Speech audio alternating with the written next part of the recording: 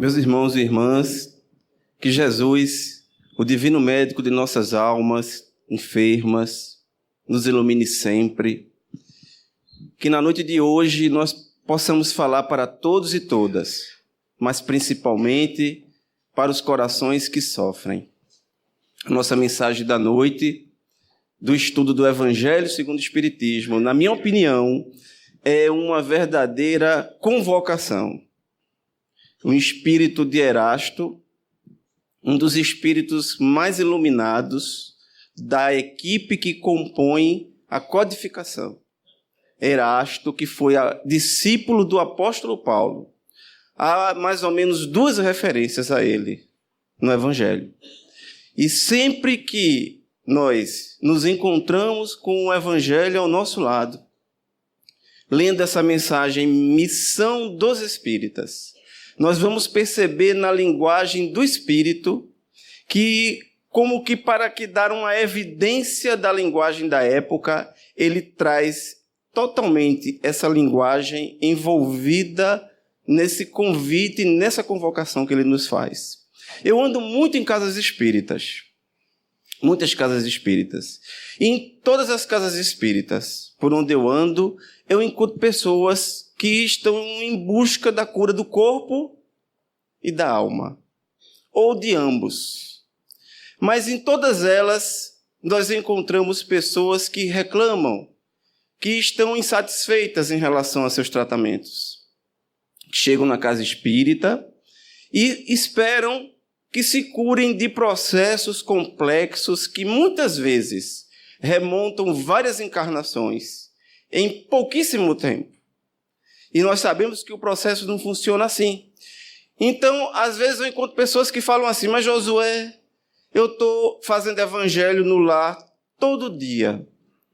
Me recomendaram para fazer uma vez na semana, eu faço todo dia. Me pediram para ler o evangelho em voz audível, ao acordar, ao dormir. Eu estou lendo tanto o evangelho que as páginas já estão voando. O evangelho já está se desmanchando. É para eu tomar água fluidificada e eu estou tomando tanta água, que daqui a pouco eu vou levar 2, 3 litros de água. Um dia eu estava conversando com um dirigente de casa espírita e ele me contou isso, é fato real. Ele disse: Josué, um dia, é dessas casas que tem gelágua, vocês sabem como é, né? Ele disse: um dia eu encontrei uma pessoa que chegou com um botijão de 20 litros. Aí eu disse: meu irmão, muito obrigado pela doação. Ele disse: não é doação não. A coisa lá em casa está tão feia que a gente vai até tomar banho de água fluidificada. Aí ele disse: olha, eu tomo muita água fluidificada, recebo passe, faço evangelho, mas eu não estou vendo o resultado ainda do tratamento que eu estou fazendo. E sempre que eu escuto isso, eu pergunto: mas como vai o seu coração? Como vai o seu coração aí dentro? Como é que estão os seus pensamentos em relação aos nossos irmãos e irmãs? A compaixão, o perdão. A base do Evangelho de Jesus é a compaixão e o perdão. Se eu faço evangelho em casa, se eu tomo água fluidificada, recebo passe, mas eu ainda alimento pensamentos de ódio, de violência, de paixões inferiores em relação a meus irmãos e irmãs, como o resultado desse tratamento vai fluir? E vai fluir porque em algum momento você vai perceber a importância de fazer essa reforma íntima. Porque hoje é muito comum, eu ando em casas espíritas e encontro espírita que é favorável ao aborto. Você já viu espírita favorável ao aborto? Eu até entendo um protestante evangélico ser favorável ao aborto. Alguns irmãos católicos que fazem campanha para o aborto, mas um espírita que conhece da realidade do mundo espiritual, que sabe do processo da reencarnação, jamais poderemos ser favoráveis ao aborto. Mas nós não apontamos o dedo para condenar quem aborta. Nós somos contrários ao aborto, mas não apontamos o dedo para condenar quem aborta. Quando chega uma pessoa para mim e diz assim: você falou no aborto e eu já abortei. Já abortei 3 vezes. Eu disse: minha irmã, Graças a Deus que você está na casa espírita. Aqui na sua casa espírita tem algum trabalho com criança? Tem trabalho com evangelização infantil? Tem. Eu digo, então participe do trabalho. Participe do trabalho, se envolva com os filhos das mães que muitas vezes não têm tempo para acompanhar os filhos. Se envolva com o trabalho de evangelização dos espíritos infantis que estão chegando. Aqui na Casa Espírita, no Jefa, todos vocês sabem que temos o Lar de Clara. Temos o Lar de Clara. É trabalho que não falta para quem necessita trabalhar. E às vezes as pessoas chegam favoráveis ao aborto, espírita favorável à pena de morte. Eu disse, olha, embora no nosso ordenamento jurídico não exista pena de morte, existe morte sem pena. E muitas vezes quando alguém envolvido com um crime lá fora morre, desencarna sob vítima de violência, assassinado, tem pessoas que ficam felizes. Tem pessoas que falam, meu Deus do céu, hoje vai ter festa no umbral. É porque ainda não conhecem a realidade da vida após a morte. Porque o espírito não morre. O espírito não morre. Nós, às vezes, não temos tempos encarnados, por isso que os desencarnados estão repletos nas filas das desobsessões. O espírito não morre. Se as pessoas que são favoráveis à violência, ao crime, seja lá de quem for, e dizem assim, é porque você nunca foi assaltado, é porque você nunca foi vítima de uma violência. Eu quero dizer para você que só os lobos caem em armadilhas de lobos, que todos nós podemos passar por qualquer processo se precisarmos passar por esse processo. Se você não precisar passar, você não vai passar. Mas se você não gosta do criminoso que coordena o crime dentro do presídio, você vai ficar mais inquieto de saber que ao desencarnar, ele do presídio pode ir para sua casa, lá para dentro do seu quarto, intuir seu filho, sua filha, você, seu pai, sua mãe, porque agora ele não tem mais o obstáculo do corpo físico. Ele agora está livre para fazer, livre entre aspas, parte das quadrilhas do mundo espiritual. Lembram de Jesus na prece, assim na terra como no céu? Da mesma forma que existem quadrilhas aqui, existem quadrilhas no mundo espiritual também. E o espírita tem muito mais a razão para não defender a violência, porque o espiritismo é considerado cristianismo redivivo. Por isso que o espírito de Erasto, nessa mensagem, Missão dos Espíritas, ele nos faz uma convocação para defender a vida, para defender a paz. Jesus nos ensinou quando falou, amai-vos uns. Jesus não disse, armai-vos uns com os outros. Nós precisamos aprender a nos desarmar, não só materialmente, mas espiritualmente. Precisamos aprender a conceber a grandeza que o mundo espiritual nos oferece a nível de conhecimento para nos tratarmos das mazelas que nos assolam. Mas se eu alimento dentro do meu coração sentimento de ódio, de vingança, de falta de perdão, como o tratamento vai ter o efeito tão rápido como eu esperava? Ele vai funcionar, mas vai funcionar a longo prazo quando eu começar a incorporar esses sentimentos. Porque o perdão é uma das maiores dádivas que o mundo espiritual nos oferece. Para que você tenha uma noção do que é o perdão. Tem uma música de um cantor protestante evangélico, chamado Sérgio Lopes. Eu não sei se alguém aqui já ouviu falar. Eu acho essa música linda. Chama-se A Força do Perdão. E ele diz exatamente assim: perdoar é muito mais que estender a mão e dizer, eu te perdoo, meu irmão. Usar a voz é fácil, apertar a mão também. O difícil é perdoar com o coração. Mas quando o coração perdoa, é fácil perceber, pois o coração é cúmplice do olhar. Perdão que sai do coração é joia rara de encontrar e está na sinceridade de um olhar.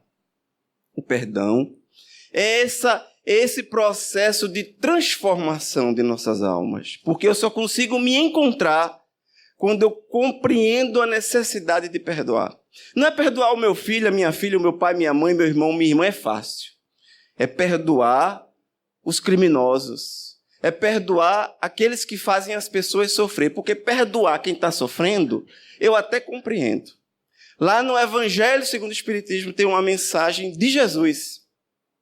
Quando Jesus diz exatamente assim: ao meu lado estarão aqueles que me deram de comer quando tive fome, de beber quando tive sede, que me visitaram quando preso, quando enfermo, e que me receberam quando estrangeiro. Jesus já traz a senha da paz, a perspectiva da paz. Que me visitaram quando preso, eu acho isso tão forte. Sabe por que eu acho forte? Porque não é fácil perdoar. Aqui entre a gente, eu não vou contar a ninguém. É fácil perdoar? Não é fácil perdoar. Mas foi Jesus quem falou assim: vos foi dito que odiareis os vossos inimigos. Eu vos digo que amareis os vossos inimigos. Foi Jesus que nos fez o convite para amar aqueles que nos perseguem e nos caluniam. Em algum momento você vai compreender essas palavras com a ajuda da terceira revelação, com a ajuda da doutrina espírita. Sem doutrina espírita você não entende, não. Porque se você chegar para alguém e pedir para alguém perdoar um inimigo, alguém que lhe fez mal, que tirou a vida de um ente querido seu, é muito difícil você perdoar. Mas e se esse adversário, se esse suposto inimigo voltar na figura do seu filho, da sua filha? Ficou mais fácil agora? A mensagem de Jesus não é uma mensagem imediatista, porque Jesus falava para as almas: reconcilia-te com teu adversário enquanto estás a caminho com ele. Se tendes uma oferenda e vais ao altar e tendes alguma coisa contra teu irmão, deixa a oferenda, volta e reconcilia-te com teu irmão. Toda a mensagem de Jesus falou de perdão. Na sua única prece ele diz: perdoa as nossas ofensas assim como nós perdoamos. E todas as vezes que eu faço essa prece, mas eu não consigo perdoar, eu estou falando assim: Senhor, eu ainda não estou pronto para perdoar, nem para ser perdoado, porque é incondicional. Perdoa as nossas ofensas assim como nós perdoamos. O perdão é semelhante a uma criança. A uma criança. Eu lembro disso por mim, viu, gente? Quando eu era criança, faz pouco tempo. Faz pouco mais de 40 anos. Porque eu fiz 51. E aí, eu me lembro que quando eu tinha uns 5 anos, 7 anos, eu lembro sim, eu queria ganhar um carrinho de brinquedo. Hoje não, as crianças de hoje querem ganhar iPhone. Mas antigamente era carrinho. E eu disse: meu Deus do céu. Aí eu fui convidado para o aniversário do vizinho. Aí minha mãe comprou o carrinho que eu queria para mim, para eu dar ao vizinho. Aí eu disse: meu Deus, eu não posso fazer isso. Eu olhava para o presente, todo embrulhado, eu ficava e suava e pensava. Eu nunca mais esqueci. Aí no dia do aniversário do vizinho, lá vai eu com o presente na mão para dar para ele. E eu cheguei lá e o presente ficou na minha mão, eu fiquei hipnotizado. Eu não consegui entregar. Aí minha mãe chegou com aquela coisa fraterna, né? Aquele beliscãozinho bem fraterno. Entrega, menino. Aí eu fui e entreguei assim. Aí o menino pegou, né? Abriu, aí me chamou para brincar. Quem mais brincou com o presente, sabe quem foi? Fui eu. É assim que é o perdão. O perdão é aquilo que você vai oferecer a alguém, mas quem vai se beneficiar com ele é você. Essa é a essência para compreendermos o nosso tema na noite de hoje. Porque sem você perceber como é importante perdoar e como é importante sentir compaixão, você não vai alcançar o processo do conteúdo espírita no Evangelho segundo o Espiritismo, que é a obra que Kardec mais sofreu para trazer para nós. O Evangelho segundo o Espiritismo, Kardec se isolou em uma área chamada Saint-Étienne, lá na França, passou um período isolado, trabalhando o contexto do surgimento dessa obra. Eu não vou falar sobre isso agora, é tema para uma outra oportunidade, mas essa é uma obra que reúne uma pleiade de espíritos superiores. Nesse conteúdo, Nós não podemos deixar isso passar despercebido. Eu vou contar aqui um segredo para vocês, porque eu sei que vocês vão guardar segredo. Só vai ficar entre eu e vocês. Tem casas espíritas que eu vou, o Jeff é uma casa, e que eu me sinto numa colônia espiritual superior. Eu me sinto como se eu estivesse no céu, quando eu estou aqui. Mas aqui entre nós, tem casa espírita que a gente vai, que dá vontade de não voltar de novo. Que dá vontade de dizer assim, meu Deus, quando a pessoa ligar ou mandar um zap, hoje está mais difícil por causa do zap. Eu digo, será que eu vou inventar alguma coisa para não voltar lá? Porque, olha, não é o tamanho da casa. Nós falamos para 3 pessoas, 5 pessoas, 10 pessoas, não importa a quantidade de pessoas. Mas tem casa, ainda bem que são poucas, que você vai e parece que você está entrando no próprio umbral. É estranho o que você sente. Em um dia, fui convidado para voltar em uma casa dessa. E aí, eu disse, meu Deus, eu estava nesse período meio gripado. Eu disse, bom, eu estou gripado. Eu vou para lá, vou espalhar gripe para o povo? Olha, você imagina, eu tenho um amigo que ele tem um filhinho que tem uns 5 anos de idade. Aí quando a gente chega na casa dele, o menino bota uma máscara de monstro e a gente tem que fingir que está assustado. Senão o menino fica com raiva e o pai também. Aí o pai fica mais. Aí a gente fica, meu Deus, que monstro horrível. Mas ele é uma criança, tem 5 anos. Ele acredita que a gente acredita. E foi eu acreditando que Deus ia acreditar na minha gripe. Aí eu disse, Senhor, mas eu estou gripado, né? Eu vou ligar, vou pedir a alguém para me substituir. Nessa noite, eu fui dormir na véspera da palestra. Eu fui dormir e eu fui para uma cidade, em alguma área do mundo espiritual bem difícil. Eu olhei para as ruas, estavam escuras e as casas eram casas como se tivesse pouca calçada com grades em algumas. Dentro das casas parecia que tem alguns seres meio monstruosos. Eu andava e eu percebia onde eu estava. E eu via algumas entidades chegando perto de mim, me levando para um canto para observar alguma coisa. Eu não vou detalhar o sonho para vocês. Mas quando eu despertei, eu estava na minha cama, claro. Eu estava na minha cama, mas eu não sabia onde eu estava. Isso nunca tinha acontecido comigo. Eu estava na minha cama e eu fiquei olhando, meu Deus, onde é que eu estou? Aí, de repente, eu lembrei que eu estava na minha casa, na minha cama, mas eu não sabia se o meu quarto dava para a rua ou dava para o estacionamento. Vocês perceberam como eu estava quando voltei? E aí eu fiquei... Aí veio uma coisa muito forte para mim. É necessário trabalho. É importante trabalhar. O maior perigo, cada um de nós, todos nós, temos pontos fracos, temos áreas delicadas de trabalho, pontos que André Luiz vai chamar de desejo central na obra Ação e Reação, que são onde esses espíritos trabalham. Muitos têm em relação à ganância, ao orgulho, à vaidade. Todos nós que trabalhamos na tribuna espírita, nós precisamos ter muito cuidado, principalmente com a vaidade. Porque é muito comum, é muito fácil se envolver no processo da vaidade. De achar que é bom, que é isso, que é aquilo. E nós sabemos que sem Jesus, o que é que nós somos? Nós não somos nada. Eu disse, não, amanhã eu vou para lá. Senhor, muito obrigado pela oportunidade. E fui. Cheguei na casa espírita, não vou nem dizer onde é, porque eu não posso falar onde é a casa. Mas é uma área de difícil acesso. Cheguei lá, aí o pessoal me recebeu, fui, fiz a palestra. Durante a palestra, eu citei um processo que de vez em quando eu sempre falo, porque o mundo espiritual orienta para falar. Uma passagem em Mateus, em que Jesus diz assim, se teu olho for motivo de escândalo, arranca, joga fora. Melhor entrar na vida sem um olho do que entrar com um olho e perder a alma. Eu citei essa passagem porque Jesus dá esse exemplo. Com o olho, dá com o pé, dá com a mão. E a tradução dessa passagem com a linguagem espírita é mais ou menos assim. Se teu olho for motivo de escândalo, arranca, joga fora. Melhor reencarnar sem o olho do que reencarnar com o olho e perder a alma, porque às vezes nós usamos os olhos para ver aquilo que nós não deveríamos ver.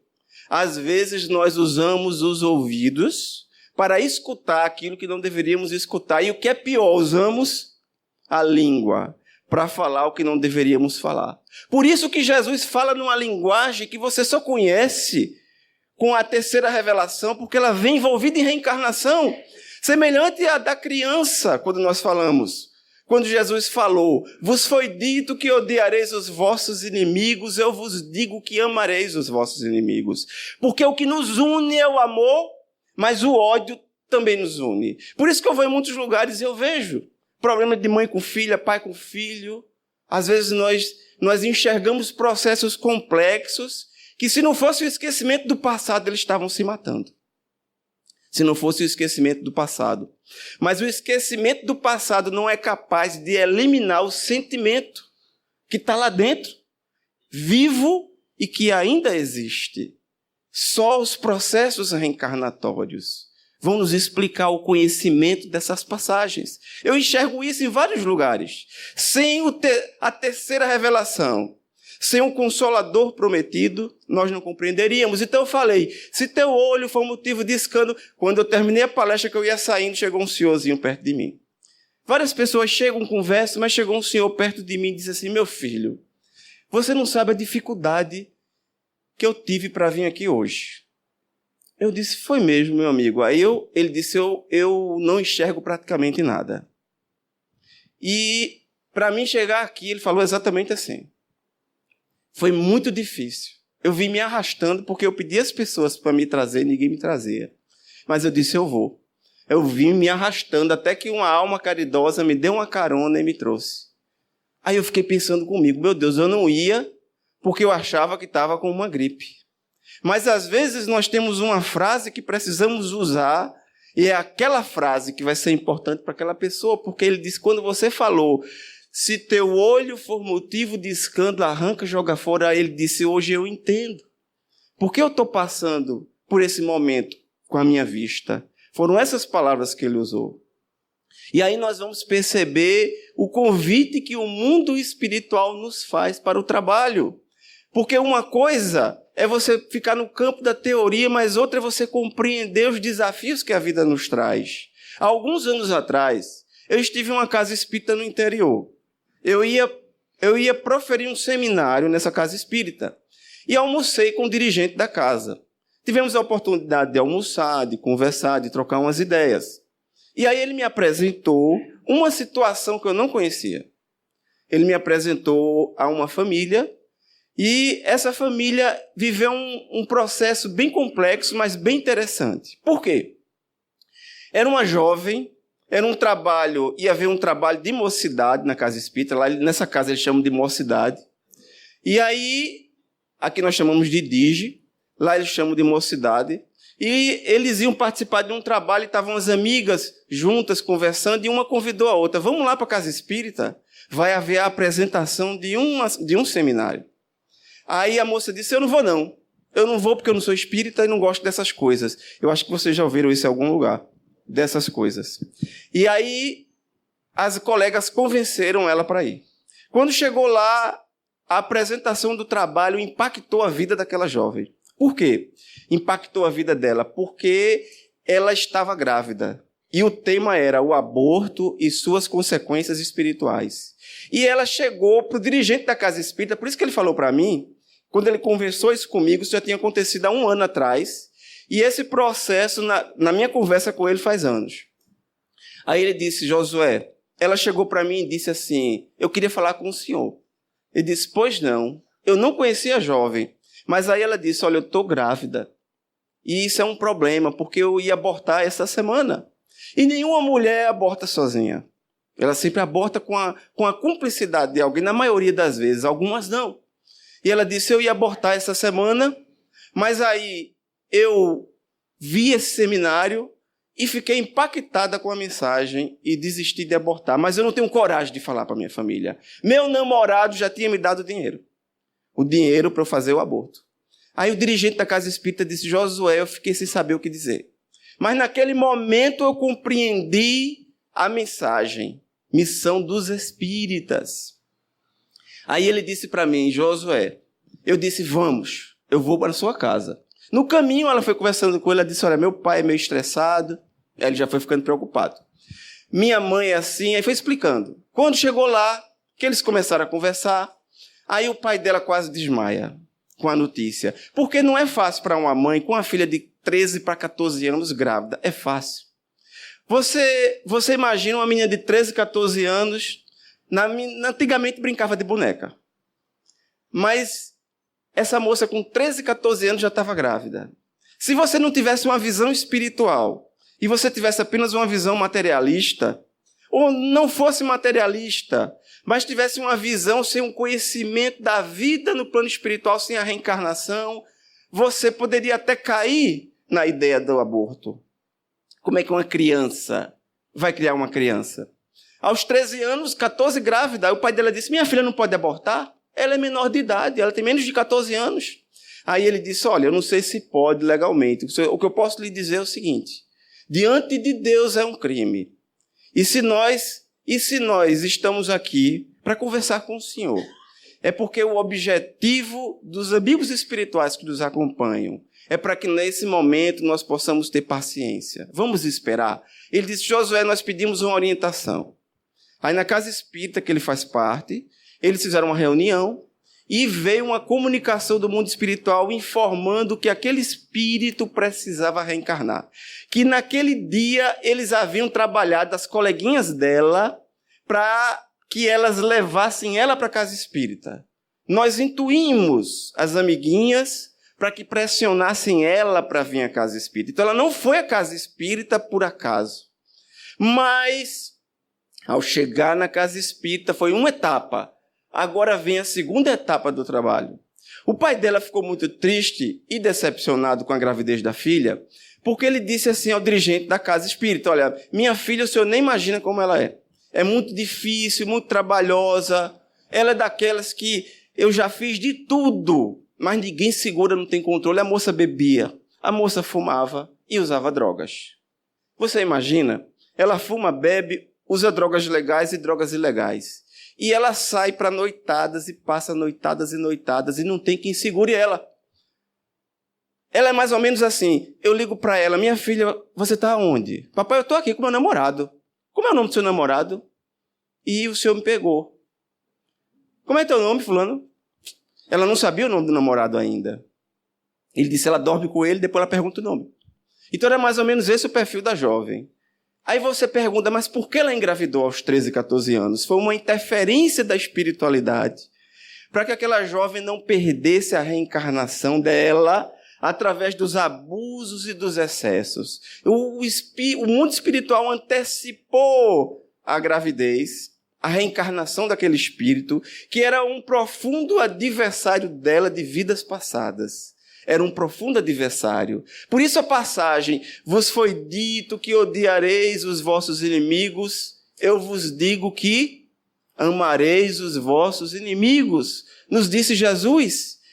E Jesus nos convida a compreender esse processo do amai os vossos inimigos num contexto mais amplo, porque os espíritos que se aproximam nas nossas vidas através de vários processos, na condição de esposa, na condição de marido, de irmão consanguíneo, seja lá da que forma que for.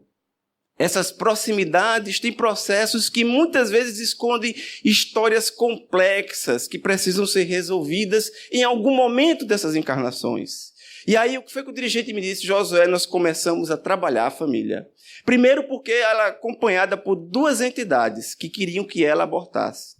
Eram dois espíritos ligados a ela que queriam que ela abortasse, porque em vidas passadas ela havia sido uma cigana. Ela havia sido uma cigana. E eu não estou aqui falando que todo cigano é desequilibrado.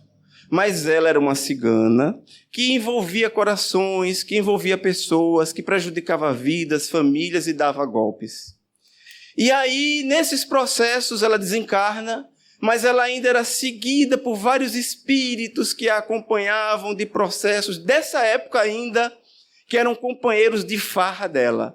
Então, o que foi que ele me disse? Olha, o que veio do mundo espiritual é que ela tem dois espíritos ligados a ela, que querem que ela aborte, porque assim que ela engravidou, eles começaram a trabalhar para ela abortar, porque eles pensaram assim, vai acabar a nossa boquinha.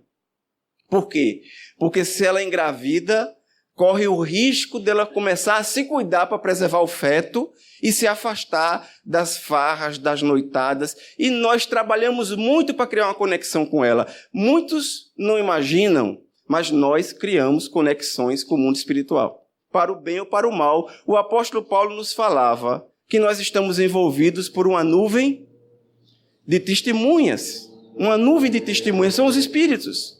Os espíritos que desencarnaram sob efeito de embriaguez, sob efeito de droga, sob efeitos complexos, de sexualidade desequilibrada. No mundo espiritual, como é que eles fazem para continuar bebendo, fumando e fazendo sexo? Eles precisam se conectar com quem bebe, com quem fuma, com quem pratica todos esses processos de desequilíbrio. Eu não estou dizendo que todo mundo que bebe alguma coisa está nesse processo. Mas a maioria está. A maioria está estabelecendo conexões com esses espíritos. Porque eles desencarnaram, eles não conseguem mais pegar um copo de bebida, mas eles querem sentir os efeitos da bebida. Como é que eles fazem? É só se conectar com quem bebe, com quem fuma. E por que nós sempre falamos isso? Porque é um pedido que o mundo espiritual faz. Porque as pessoas chegam na casa espírita e para fazer tratamento. E nesse período do tratamento, olha, vamos parar de beber, vamos parar de fumar. Você já tomou um antibiótico bebendo? Você já experimentou tomar um anti-inflamatório com uísque? Eu tenho certeza que ninguém faz isso. Eu imagino que não. Porque quem assim o fizer está atentando contra a própria vida.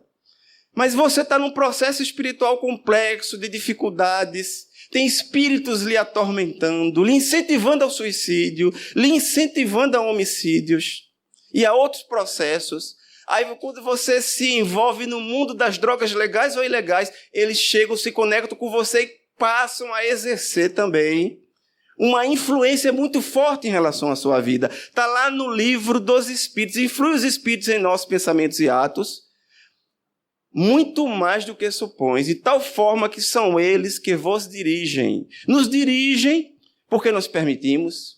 Nós escolhemos os espíritos que vão nos orientar através do exercício das nossas ações. Nós falamos aqui em compaixão, nós falamos aqui em perdão. Eu pergunto a vocês, essa jovem, ela não abortou.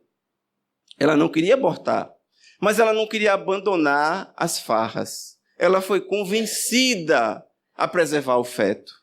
Aí ela começou a se cuidar, mesmo que contrariada, ela começou a se cuidar. Os dois espíritos que a assediavam, que a perturbavam, para que ela abortasse, porque eles queriam a volta dela para o desequilíbrio. Esses dois espíritos foram reorientados, foram trabalhados, e o dirigente me disse, Josué, depois de vários meses, o mundo espiritual nos informa que eles foram assistidos. Eu acho tão interessante esse processo, sabe por quê? Imagina vocês,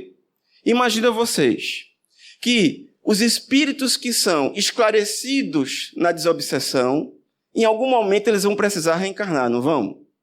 Se eles vão precisar reencarnar, espíritos difíceis dessa envergadura, eles não precisam do evangelho para transformar suas vidas quando reencarnam? Por isso que nós falamos tanto de projetos como o Lar de Clara. Não é fácil. Eu sei que não é fácil. Nenhum trabalho na casa espírita é fácil. Mas nós não compreendemos os planos do mundo espiritual nas instituições.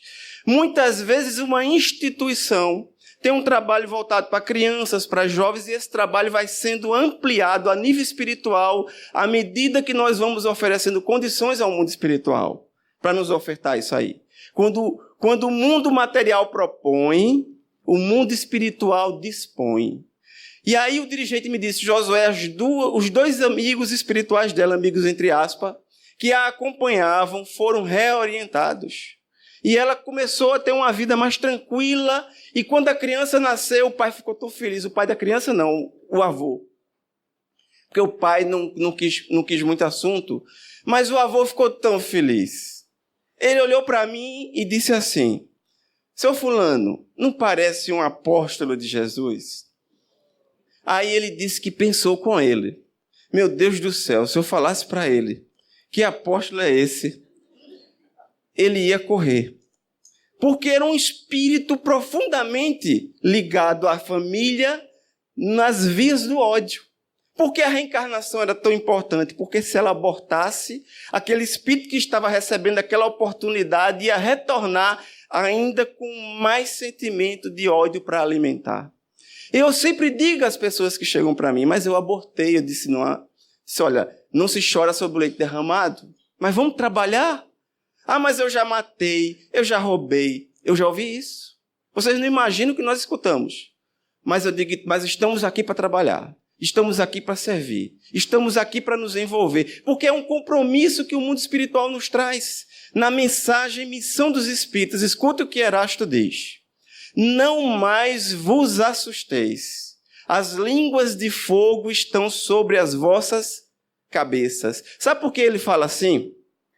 As línguas de fogo estão sobre vossas cabeças, porque ele faz uma alusão ao fenômeno do Pentecostes, quando os apóstolos e discípulos falaram vários idiomas através de um fenômeno mediúnico que a parapsicologia chama de xenoglossia ou mediunidade poliglota. Não confundir com glossolalia, que é um outro fenômeno que muitas vezes acontece nas igrejas pentecostais dos nossos irmãos, quando eles criam idiomas que não existem ou falam palavras de trás para frente. A xenoglossia é um fenômeno autêntico, quando o médium fala ou psicografa, Chico psicografava em italiano, em árabe, em japonês. Chico psicografava em vários idiomas, de acordo com o espírito chegasse. E uma das mensagens mais estudadas de Chico foi de uma italiana chamada Hilda Mascaro Saulo. Está no livro chamado A Psicografia à Luz da Grafoscopia, quando um estudioso chamado Carlos Augusto Perandrea passou 15 anos estudando as caligrafias da psicografia de Chico. Isso tem um trabalho no Fantástico. Se você botar no YouTube, você encontra esse trabalho de Carlos Augusto Perandrea, a psicografia à luz da grafoscopia. E ele estudou muito a mensagem dessa italiana até os pontos nos is. E aí nós chamamos de xenoglossia ou mediunidade poliglota. Aqui ele diz, não mais vos assusteis, as línguas de fogo estão sobre as vossas cabeças, porque é a mediunidade para trabalhar conosco. E aí ele continua, ó verdadeiros adeptos do Espiritismo, sois os escolhidos de Deus. Os escolhidos aqui é a linguagem que se usava na época, mas não significa povo escolhido, como às vezes os hebreus se referiam a si mesmos. Não existe povo escolhido, porque todo povo é de Deus. Mas quando ele fala, sois os escolhidos, porque nós somos os espíritos mais comprometidos, que reencarnamos com o compromisso da divulgação, não apenas nas casas espíritas, em palestras como essa, mas em toda parte. Por isso que ele continua aqui e diz assim, é chegada a hora em que deveis sacrificar. Eu acho isso tão forte, gente. Se prepare para escutar essa passagem. Porque ele diz exatamente assim, é chegada a hora em que deveis sacrificar a sua propagação, os vossos hábitos, os vossos trabalhos, as vossas ocupações fúteis. Erasto está falando que é chegada a hora em que nós precisamos abrir mão do trabalho material, claro que limitadamente, porque você precisa viver, mas das nossas ocupações fúteis, dos vossos trabalhos, dos vossos hábitos e das vossas ocupações fúteis. Ide pregai, convosco estão os espíritos elevados. Certamente falareis a criaturas que não quererão escutar. Então ele está falando aqui, não é da nossa conversa aqui apenas na casa espírita ou para os oradores que falam. Porque nós oradores geralmente falamos para as pessoas que querem escutar. Ninguém veio aqui forçado ou amarrado. Alguém aqui veio forçado ou amarrado? Claro que não. Então, ele está nos convidando a falar para todos que indistintamente querem e precisam escutar. E aí fora, mesmo aqueles que ainda imaginam que não querem, mas eles podem ser convencidos através das nossas ações. Por isso que o Espiritismo, a doutrina dos Espíritos, trabalha tanto a essência do perdão e da compaixão em nossas vidas, porque muitas vezes nós nos encontramos aqui, mas o nosso coração ainda está endurecido. O nosso coração ainda está endurecido, porque eu sei não é fácil. Eu sei não é fácil perdoar. Não é fácil perdoar nem a si mesmo, porque carregamos muitas vezes processos que nos incomodam em nossa própria vida. Quando eu conversava com um dirigente dessa casa, que me apresentou essa jovem, eu conhecia a jovem no seminário que eu fui proferir, mas já estava com a criancinha dela.